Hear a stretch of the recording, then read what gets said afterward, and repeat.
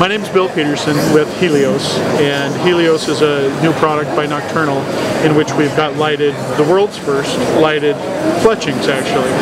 And we'll show you that in low light here in a second. But what we've got is we've got 6 fletchings in 3 sets of 2, and you can see that the fletchings are curved at one another. But those 6 fletchings, we're able to shrink that diameter down. That allows you to clear your rest much better. And with the side wind, what happens is the side wind hits it and it flows up and over. So these are virtually unaffected by side wind, and I'll show you that in the wind tunnel actually here.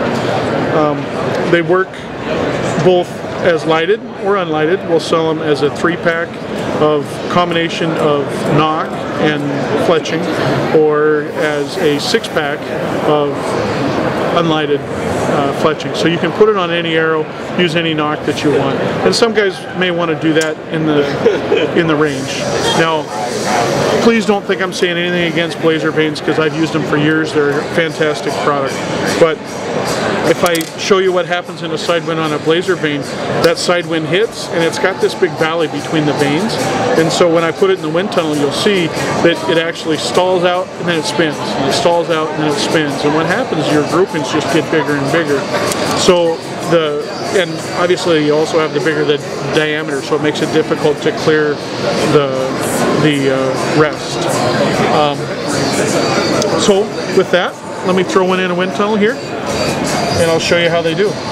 So I'm going to turn this on, and what I'm going to do is I'm just going to flow wind over at about 240 feet per second. I'm going to run this up, and it's just free spinning in there. The wind's just flowing over it. And so as it runs up here,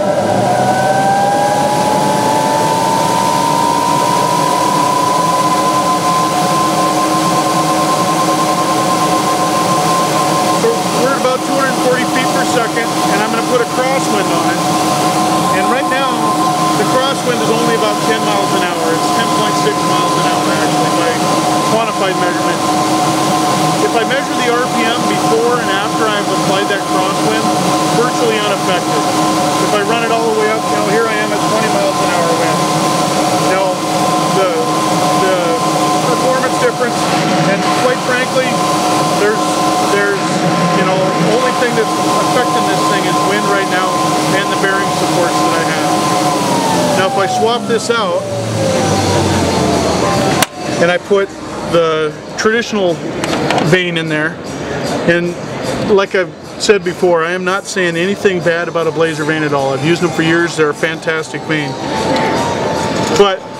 And I'll use any other vane that you want, but if you look at a side wind effect on a traditional vane, they've got that big valley between the vanes that allows that side wind to catch. And with that higher profile, what we're going to see is we're going to see it spin, and then I'm going to run this up to 240. Then we're going to hit it with side wind, and then it's going to start to stutter and hiccup along the way here.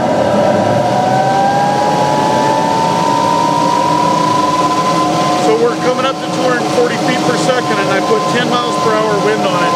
So I've got 10 miles per hour wind coming out of there. I've got about 240 feet per second coming out of here. Now, while the camera's catching it, your eye may catch it. What you'll see is it wants to stop and then it spins. It wants to stop and then it spins. But if I go up to about a 50 mile an hour crosswind, that effect becomes pretty significant.